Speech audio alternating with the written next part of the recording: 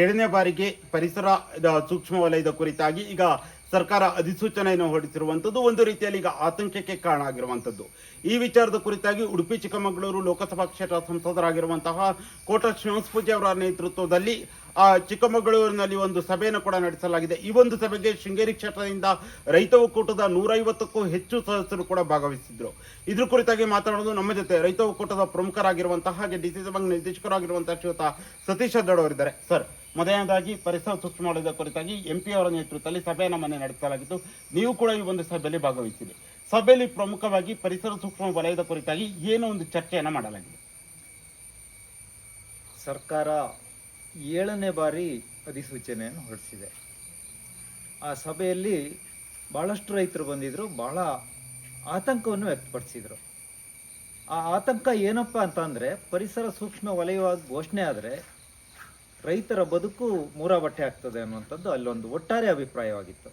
ಯಾಕಂದರೆ ಚಿಕ್ಕಮಗಳೂರು ಇರ್ಬೋದು, ಅಥವಾ ಮೂಡಿಗೆರೆ ಇರ್ಬೋದು, ತೀರ್ಥಹಳ್ಳಿ ಇರ್ಬೋದು, ಕೊಪ್ಪ, ಶೃಂಗೇರಿ, NRPಗಳು ಇರ್ಬೋದು, ಇಲ್ಲಿ ಕಾಫಿ, ಅಡಿಕೆ, ಕಾಳುಮೆಣಸು ಈ ರೀತಿಯ ಬೆಳೆಗಳನ್ನು ಬೆಳೀತಾರೆ.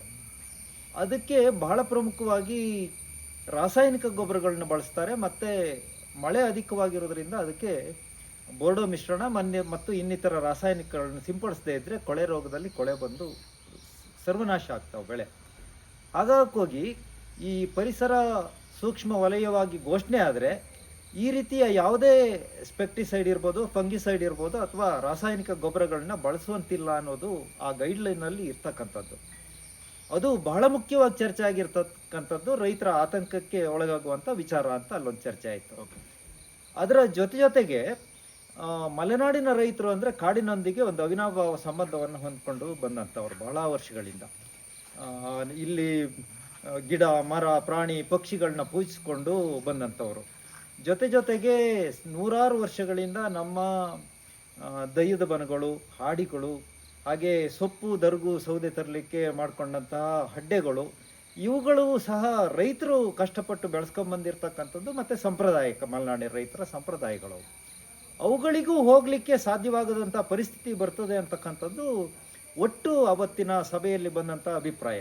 ಯಾಕಂತಂದರೆ ಎಲ್ಲಿವರೆಗೆ ಈ ಪರಿಸರ ಸೂಕ್ಷ್ಮ ವಲಯದ ಬಾರ್ಡ್ರು ಬರುತ್ತೋ ಅಲ್ಲಿಂದ 10 ಕಿಲೋಮೀಟ್ರು ಅದರ ಬಫರ್ ಝೋನ್ ಬರುತ್ತೆ ಅನ್ನುವಂಥದ್ದು ಆ ಒಂದು ವರದಿಯ ಒಟ್ಟಾರೆ ಇದರಲ್ಲಿರ್ತಕ್ಕಂಥ ಒಂದು ಅಭಿಪ್ರಾಯ. ಓಕೆ, ಅಂದರೆ ಸರ್, ಈಗ ನೀವೀಗ ಅಲ್ಲೊಂದು ಚರ್ಚೆ ಮಾಡಿದ ಸಂದರ್ಭದಲ್ಲಿ MP ಅವರಿಗೆ ಅಲ್ಲೂ ಕೂಡ ಸಭೆಯಲ್ಲಿ ಕೂಡ ಇದ್ರು, ಸುದೀರ್ಘವಾಗಿ ಚರ್ಚೆಯನ್ನು ಮಾಡಿರುವಂಥದ್ದು.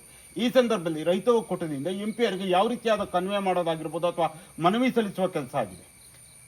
ಅಲ್ಲಿ ರೈತ ಒಕ್ಕೂಟದಿಂದ ನಾವೊಂದಷ್ಟು ಚರ್ಚೆಗಳನ್ನ ಮಾಡಿಬಿಟ್ಟು ಇಲ್ಲೊಂದಷ್ಟು ರೈತರ ಅಭಿಪ್ರಾಯಗಳನ್ನ ಸಂಗ್ರಹಿಸಿಕೊಂಡು ಒಂದು ಮೆಮೊರಾಂಡಮ್ನ ರೆಡಿ ಮಾಡ್ಕೊಂಡು ಹೋಗಿದ್ವಿ. ಓಕೆ, ಆ ಮೆಮೊರಾಂಡಮ್ನಲ್ಲಿ ನಾವು ನಮ್ಮ ರೈತರಿಗೆ ಅನಾನುಕೂಲ ಆಗುವಂಥ ಯಾವುದೇ ಕಾರ್ಯಕ್ರಮಗಳನ್ನು ಇದರ ಒಳಗಡೆ ತರಬಾರ್ದು. ನಮ್ಮ ಏನು ಕಸ್ತೂರಿ ರಂಗನ್ ವರದಿಯ ಜಾರಿಗೆ ನಮ್ಮ ಸಂಪೂರ್ಣ ವಿರೋಧ ಇಲ್ಲ, ಭಾಗಶಃ ವಿರೋಧ ಇದೆ. ಭಾಗಶಃ ವಿರೋಧ ಯಾವುದು ಅಂತಂದರೆ, ನಮ್ಮ ರೈತರಿಗೆ ತೊಂದರೆ ಆಗದ ರೀತಿಯಲ್ಲಿ ಅವರ ಸೊಪ್ಪು, ದರ್ಗು, ಸೌದೆ, ಹಾಗೆ ಏನು ಕಾಡಿಂದ ನಮ್ಮ ಮಲೆನಾಡು ಭಾಗದಲ್ಲಿ ಗ್ರಾವಿಟಿ ನೀರನ್ನು ತಂದಿರ್ತಾರೆ, ಅಲ್ಲಿ ಬಾವಿಯೋ ಕೆರೆಯೋ ಸಣ್ಣ ತೊರೆನೋ ಇರುತ್ತೋ ಅದರಿಂದ ಅದನ್ನು ತೆಗೆಯುವಂಥದ್ದು. ಹಾಗೆ ನಮ್ಮ ದೈಯದ ಬನಗಳು, ನೂರಾರು ವರ್ಷಗಳಿಂದ ದೇವರು ದೈಯದ ಬನಗಳು ಕಾಡಲ್ಲಿ ಇರ್ತವೆ, ಅದನ್ನು ಪೂಜೆ ಮಾಡ್ಕೊಂಡು ಬಂದಿರ್ತಾರೆ. ಅದೊಂದು ಸಂಪ್ರದಾಯ, ಮಲೆನಾಡಿನ ಸಂಪ್ರದಾಯ.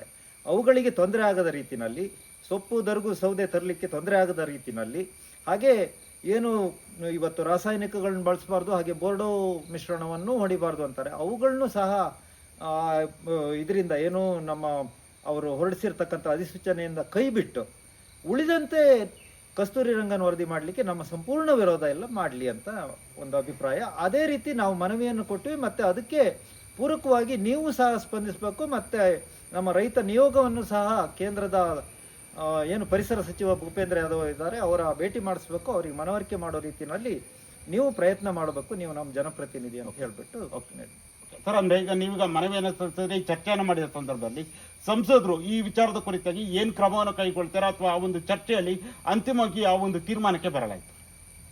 ಸಂಸದರು ಬಹಳ ಪೂರಕವಾಗಿ, ನಾನು ರೈತರೊಂದಿಗಿರ್ತೀನಿ, ಮಲೆನಾಡಿನ ಜನತೆಯೊಂದಿಗಿರ್ತೀನಿ, ನಾನು ಉಡುಪಿ ಚಿಕ್ಕಮಗಳೂರು ಲೋಕಸಭಾ ಸಂಸದ, ನಿಮ್ಮೆಲ್ಲರ ಪ್ರತಿನಿಧಿ ಅಂತ ಭಾಳ ಸ್ಪಷ್ಟವಾಗಿ ಹೇಳಿದ್ದಾರೆ ಅವರು.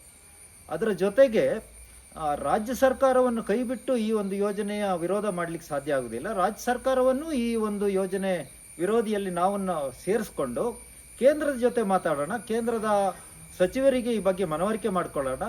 ಜೊತೆಗೆ ರಾಜ್ಯ ಸರ್ಕಾರದ ನಿಯೋಗ ಮತ್ತು ರೈತರ ನಿಯೋಗ ಎರಡೂ ನಿಯೋಗವನ್ನು ಒಟ್ಟಾಗಿ ಸೇರಿಸ್ಕೊಂಡು ಕೇಂದ್ರದ ಜೊತೆಯಲ್ಲಿ ಮಾತನಾಡಲಿಕ್ಕೆ ನಾನು ಸಹ ಬದ್ಧನಾಗಿರ್ತೇನೆ. ನಿಮ್ಮ ಪ್ರತಿನಿಧಿ ನಾನು, ನೀವೇನು ಹೇಳ್ತೀರೋ ಅದನ್ನ ಪಾಲಿಸ್ಲಿಕ್ಕೆ ತಯಾರಿರ್ತೀನಿ.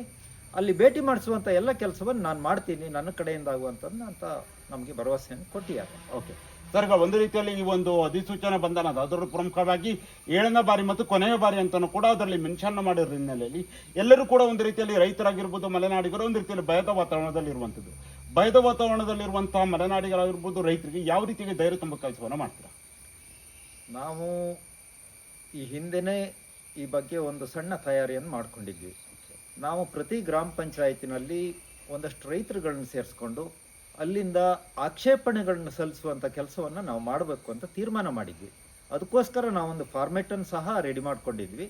ಆ ಫಾರ್ಮೆಟ್ನ ಮೂಲಕ ಅಲ್ಲಿರ್ತಕ್ಕಂಥ ರೈತರ ಜಮೀನು, ಅಲ್ಲಿರ್ತಕ್ಕಂಥ ಸರ್ಕಾರಿ ಕಚೇರಿಗಳು, ರಸ್ತೆಗಳು, ಅಲ್ಲಿ ಏನು ನಮ್ಮ ನೂರಾರು ವರ್ಷಗಳಿಂದ ನಮ್ಮ ರೈತರು ನಂಬ್ಕೊಂಡ್ಬಂದಂತಹ ದೇವಸ್ಥಾನಗಳು ಇರ್ಬೋದು, ಅಥವಾ ಕಾಡಿನಲ್ಲಿರ್ತಕ್ಕಂಥ ನಮ್ಮ ದೇವರು ದೈವಗಳಿರ್ಬೋದು, ಅವುಗಳಿಗೆಲ್ಲ ತೊಂದರೆ ಆಗದ ರೀತಿಯಲ್ಲಿ ಏನು ಮಾಡ್ಬೋದು ಅದಕ್ಕೆ ಆಕ್ಷೇಪಣೆಗಳನ್ನ ಹೇಗೆ ಸಲ್ಲಿಸ್ಕೊಂಡು ಅಲ್ಲಿ ಏನು ಹೇಳಿದ್ದಾರೆ ಅಂದರೆ ನಿಮ್ಮ ಆಕ್ಷೇಪಣೆಗಳಿದ್ದರೆ ಸಲ್ಲಿಸಬೇಕು ಅಂತ ಹೇಳಿದ್ದಾರೆ. ಹಾಗಾಗಿ ನಮ್ಮ ಕಡೆಯಿಂದ ಯಾವುದೇ ರೀತಿ ಚ್ಯುತಿ ಬಾರದ ರೀತಿಯಲ್ಲಿ ಆಕ್ಷೇಪಣೆಗಳನ್ನ ಸಲ್ಲಿಸುವಂಥ ಕ್ರಮವನ್ನು ನಮ್ಮ ರೈತ ಒಕ್ಕೂಟದ ಕಡೆಯಿಂದ ಎಲ್ಲ ಗ್ರಾಮ ಪಂಚಾಯತಿಗಳಲ್ಲೂ ಹೋಗಿ ಮಾಡಬೇಕು ಅಂತ ಅಂದ್ಕೊಂಡಿದ್ದೀವಿ. ನೋಡಿದ್ರಲ್ಲ, ಇದು ಸತೀಶ್ ಅಡ್ಡಾಡ್ ಅವರು ಹೇಳ್ತಿರೋದೇನೆಂದರೆ ರೈತ ಒಕ್ಕೂಟದಿಂದ ಎಲ್ಲ ಗ್ರಾಮ ಪಂಚಾಯತ್ ಮಟ್ಟದಲ್ಲೂ ಕೂಡ ಆಕ್ಷೇಪಣೆಗಳನ್ನು ಸಲ್ಲಿಸಲಾಗುತ್ತೆ. ಹಾಗೆ ಮೊನ್ನೆ ನಡೆದಂತಹ ಏನು ಸಂಸದರ ನೇತೃತ್ವದ ಸಭೆಯಲ್ಲಿ ಕೂಡ ಅಂತಿಮವಾಗಿ ತೀರ್ಮಾನಕ್ಕೆ ಬರಲಾಗಿದೆ. ಸಂಸದರ ನೇತೃತ್ವದಲ್ಲಿ ಎಲ್ಲ ರೈತರುಗಳಾಗಿರ್ಬೋದು ಒಂದು ನಿಯೋಗವನ್ನು ಕರೆದುಕೊಂಡು ಕೇಂದ್ರ ಪರಿಸರ ಸಚಿವರನ್ನ ಮೀಟಾಗಿ ಅವರಿಗೆ ಇಲ್ಲಿನ ವಿಚಾರಗಳನ್ನು ಮನವಿ ಮಾಡೋ ಕೆಲಸವನ್ನು ಮಾಡಲಾಗುತ್ತೆ ಅನ್ನುವಂಥದ್ದು ಸತೀಶ್ ಅಡ್ಡಾಡ್ ಅವರು ಹೇಳ್ತಿರುವಂಥದ್ದು. ಕ್ಯಾಂಪ್ರಾ ಪರ್ಸನ್ ಅನಿಲ್ ಜೊತೆ ಅಭಿಷೇಕ್ ರಂಗೇರಿ, ಸೇರಿ ಸಮಾಚಾರ, ಸಿಗದಾಳ್.